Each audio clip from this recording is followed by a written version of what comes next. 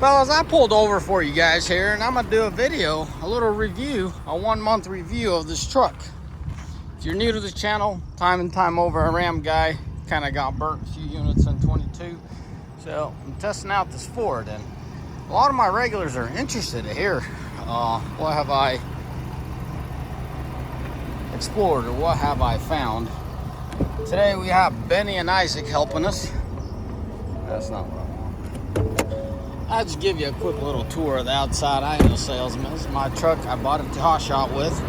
Want to test it out, and before I pull the trigger for multiple units for the company, I like to test stuff myself. So ain't nothing new back under here. A rat's nest. Scary. Too many hoses and plastic clamps, but hey, it's part of the gig, right? Look at that. That's scary stuff. A lot of it. But, you know, I've had this set up on one of my Mercedes, and it has served me well, to my surprise. These, on the other hand, I'm still highly concerned for. These are really easy to change out, so no big deal. But little things like that is what puts you aside the road. So I think about 100, 150,000. If we end up with multiple of these units, I'll definitely swap all those out. At least as many of them as I possibly can. Anyways, I didn't pop the hood to show you something new. Just pop the hood, kind of get y'all up to speed. How do you like my wheels? Put me a red star, red lettering, Benny. And I don't know, kind of complements that little redness to it. Just a little hint of it. So about this truck, for a month, there's a lot of things that I like. There's a few things that I don't like. There's things that stick out to me, and it's like, Ford, really? You know, it really sketches me out. And there's a lot of this kind of crap, like just wires hanging there, right? It's not uncommon in Ram to do that as well, but man, it has really put me on edge. Some of these things, I mean, why would you leave a hole up? A big old gaping hole in there. Why not hide this wiring a little, you know, tighter? I know Ram has the rocker panel wiring issue, so I give little detail of that nature a lot more attention nowadays, because it's cost me a lot of headache to figure out little gremlins here and there. I showed you under the hood as far as that wiring concerned. You know, time's the true test. You know, I could sit here and complain about things, and it's never an issue. Like, I was really sketched out by Ram putting a negative here on the frame. Ram owners know there's a negative right there on the frame, and not one has ever gave me issues. So just take it for what it is. The point of this video is to share it with you guys, not to be a salesman, just sharing real world experience. So nothing special, a good outfitted XLT. I actually like the bench. A little bit of storage room. You fathers out there know wet wipes is a big key player when you have kiddos. Hey guys, don't fall out. You gotta go, dude. So we'll go for a spin while I'm driving. I'll keep you all posted. For the curious ones, 22s and 23s got different frequencies on their, hey, you want a quarter? On their TPMS sensors. Bolt pattern and all that's the same. Oh, you know, let me show you the way this thing, my kid's had my steering wheel turned. Hey guys, don't touch the steering wheel. So this is a positive 12 for all you guys curious out there. Nothing was done to the suspension. That's a positive 12. There's just a little poke. Looks clean. On the factory and mud flap, it's perfectly centered. So working man stroke looks, I mean, if you enter this whole aftermarket thing. The front and the rear track are different. I don't know why Ford did that. I know Toyota does it with their Land Cruiser, and they kind of threw me off for Toyota, but Ford did this. Come on. Ram always had the same width. So your front and your rear always poked out the same on the Ram, but not the Ford. Ford has more on the front. Nothing done on suspension, nothing touched. Haven't touched a single nut or bolt or clip. Nothing was removed. So, started telling you that, but I didn't finish telling you the tire size. 285, there you go. 285, 65, 20. I went with Wild Peak AT3s. W's. Absolutely love the way they perform.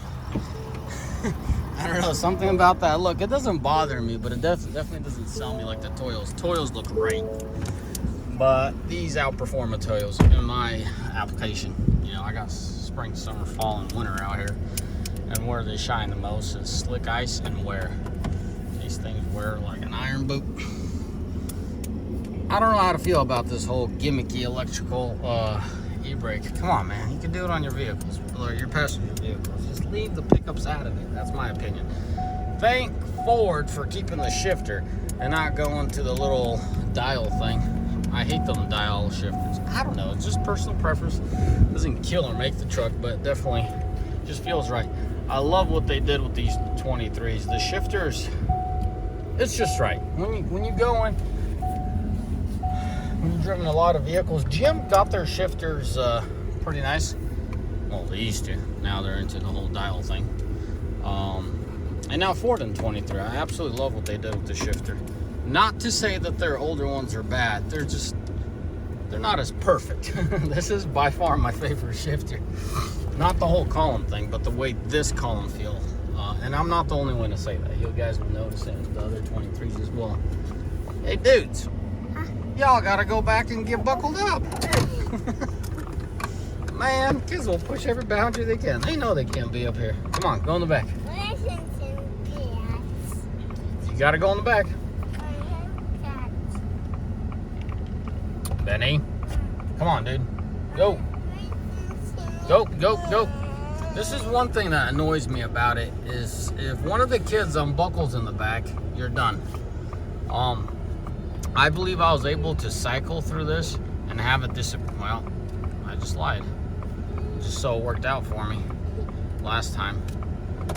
See, until I buckle up, that screen's not gonna disappear. I don't know if the door will do the trick. All right, yeah, the door did the trick. But I mean, who's really gonna stop and open the door? It's much easier to get on your passenger. Hey, buckle your belt up, right? It's a safety feature. All right, let's go. So for this month, I've only done 1,800 miles, and the guys that know me, that is not a lot of miles. And honestly, I lost my shop foreman, and I wanted to make sure I'm not in a hurry to find another one. My last one gave me a well heads up. He still comes around. He's just an older gentleman. He said, hey, I had enough. I'm retiring. So anyway, so I was left with the shop foreman. I could not haul loads with this truck because I just didn't have the time. I didn't have the ability to do it, right? I had to get my shop up and running. So that's what I was occupied up until this time. Until literally today. Today's a Monday. I got another wonderful gentleman in there. He's running the shop for me. And I'm back at it. I'm back to doing what I'm supposed to be doing. Expanding the companies and working on them. And tinkering with YouTube. That's why we got this video rolling. But so, a couple things I want to underline and wrap up this video. The way this truck handles empty versus the Ram, I will refer a lot to Ram because that was pretty much what got me into hot shot. I mean, from day one I was into Rams, right? I will have a lot of reference to Ram. My best friend has a 17 GMC. I've owned a 17 GMC. Few of my buddies had those GMCs. All of them have sold them off. Besides my best friend, he still has his GMC. So when you hear this reference, it's not out of the blue. Minimal experience with GMC, significant with Ram, and we've had a 17 Ford in the fleet. We brought up to 300,000, we got rid of it. So I do have a little bit of experience with these Fords, but nothing like the Ram. So here we go. Empty weight, empty like unladed truck, pickup truck. The Ford has the edge on Ram as far as the way it rides and specifically the way that truck handles the potholes and imperfections in the road, right? But as soon as you load it, and I've loaded this thing 3 times, two trips with campers, and it gave me the hint, but not necessarily cut and dry. But the last one was an empty gooseneck, and that really stood out to me. Just the suspension felt, it's just more stressed out. The suspension felt more stressed out. It's just like it didn't hit harder, it just felt more tense, if I could put it that way. So I'm looking forward to getting some airbags in this truck and a fuel tank, and we're going to hit the road with David, my oldest son, and kind of haul some loads, see how she goes. So that's far as suspension go. Interior, seems like Ford's a lot more conservative with their seats, meaning their seats are significantly more compact, so it gives you the feeling that the Ford has a bigger cab. But if you actually measure the cab leg, I've done, because I've had this argument with other people, I think one is inch taller and the other one inch wider, something like that. Guys, they're the same cabs, just Ford's more conservative with their seats, which is phenomenal. It is freaking awesome, because it does give you that bigger cab. You know, your seating is a little lower, so that it seems like it, so it gives you a lot more headroom. So as far as interior creature comforts, you know, based off the level, or should I say the trim package, they're fairly parallel. You know, they're fairly the same. Now, as far as sound, it seems like the Ford has the edge on the sound, because you got to consider this is an XLT, so this is a bighorn. Now, comparing this XLT equals bighorn, I still think this one's a little quieter. So there you have that. I absolutely love what the Ford did with their interior. It fits Ford. Before it was chiseled with an axe, if I could say it. I mean, they swung with an axe and all their door panels. It was such, you know, it's just, I hated it. These doors, some of the traits are still left, but they're optimized. You know, I like what they did here. I like what they did there. I like how they made the mouth part wider and it narrows down there, and then the real world narrower there. Functionality. Whoever entered the Ingenuity group, or should I say part of the engineers, someone entered their group with a set of brains as far as functionality and technology, because technologically advanced, this thing is leaps and bounds ahead of the 22, guys. The ability that this truck has to change its tune has surprised me time and time over. Like, I could run this truck in eco, which I typically do. It's a normal right now, right? Tow haul and eco. I'm not gonna say there's no difference between tow haul and eco, but this truck adapts so well that within 5 minutes into your drive, it will adapt in your eco mode when you're towing. And then when you put it in tow haul, it doesn't hold the gears, doesn't wrap the engine out. But when it needs to, it will. So it's very sensitive to its load, which is phenomenal. To me, that has stood out time and time over. Now, as far as fuel mileage, phenomenal fuel mileage. I haven't done a whole lot, but putting around town. 1,800 miles in a month is nothing for me in my typical sense of the way I use my trucks. My mileage is usually a roller coaster. Like, I won't do anything for a month or two, and then all of a sudden I'll rack on 5, 6, 7,000 in a month. What I mean by nothing is, you know, something like this 1,000 or 2 a month. I just go out and put out fires, let it be alone, swap out drivers, get a driver something, fix a truck, deliver a part, just putting out fires. I've been blessed to have a good crew, and they've gotten my back, had my back real well lately, so I don't have to leave town while I'm barricaded in the shop running that place. But anyways, so putting around town, you know, 48 miles at 15.6 doesn't tell anyone a whole lot, but that's me towing an empty trailer. I pulled in at 14.8 with that empty trailer to the yard, so it's slowly going uphill. But you got to consider, I mean, what am I doing? I'm idling this truck and putting around town. For the life of this truck, more or less 1,772 or 1,726 miles. You know, this thing's getting 14.6. That is phenomenal fuel mileage considering what I'm doing with this truck. You know, this thing hasn't really seen the open road. I've done one trip to Missoula and back, about a 200-mile trip.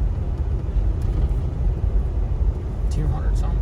Anyways, it's not necessarily Missoula and back. It was like north of St. Regis into Montana, then I dropped down over there by Quinn's by the hot springs. Anyways, I was just doing a cruise with the family. And I came in at low 20s. Can't remember. I think I came down to 22. I entered the trip at 21 for the first half an hour to an hour, and then it slowly, gradually climbed to 24. And and the truck had to do a regen, and going through the pass brought it down to 22 entering Spokane. That is phenomenal fuel mileage, guys. I could put bets that, you know, I could hit the freeway around Washington 74 miles an hour, set cruise at that, you know, wherever I need to go. 21 miles to the gallon is what I could put money on it. I'm thinking it's going to be 22, but I'll bet on 21 that it's not going to be less than that. That is phenomenal fuel mileage on something of this caliber. Now, as far as its power, the 500 horsepower, 1,200 pounds of torque,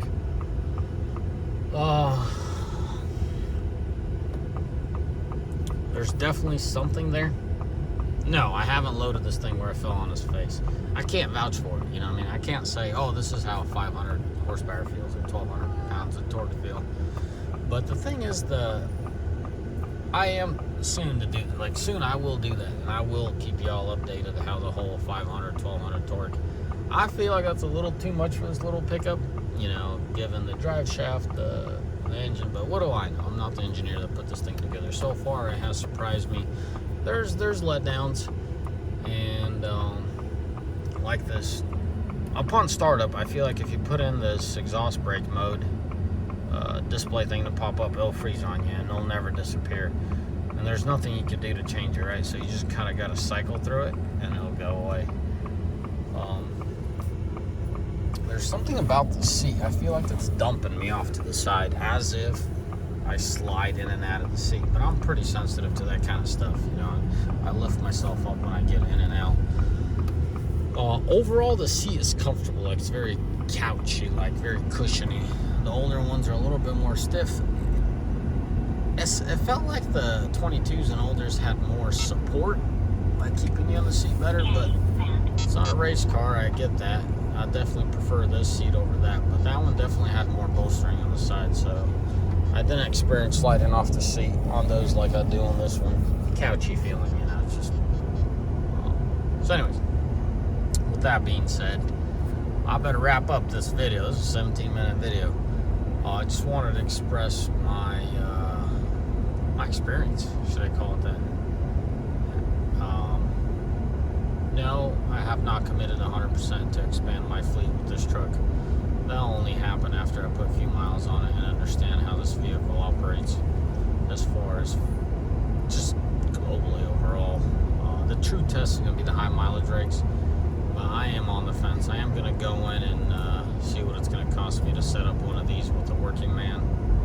Like basic necessities, nothing extra. Like this one, I paid a lot of money for the sport appearance, for this display. You know, quite frankly, drivers don't need that, and I don't need that as an owner to have more things go south on me. But with the basic necessities, I think I could save myself up to $10,000. That's pretty big, yeah, and go from there. Anyways, fellas, may the Lord bless you. May Almighty find day, and let me know what else you want to know about this truck. There's really nothing to it. I'm gonna start driving it, hauling a gooseneck 36-footer to a 40-footer. Posting videos X, Y, and Z. I still have not refilled my DEF tank, and that thing has a mind of its own. I've seen it start regenning at 65%. I think it was 65. The exhaust brake has a mind of its own, and then the turbo, that's consistent. You put your foot into it, she starts pumping some things. Anyways, fellas, as always, may the Lord bless you. May you have a mighty fine day.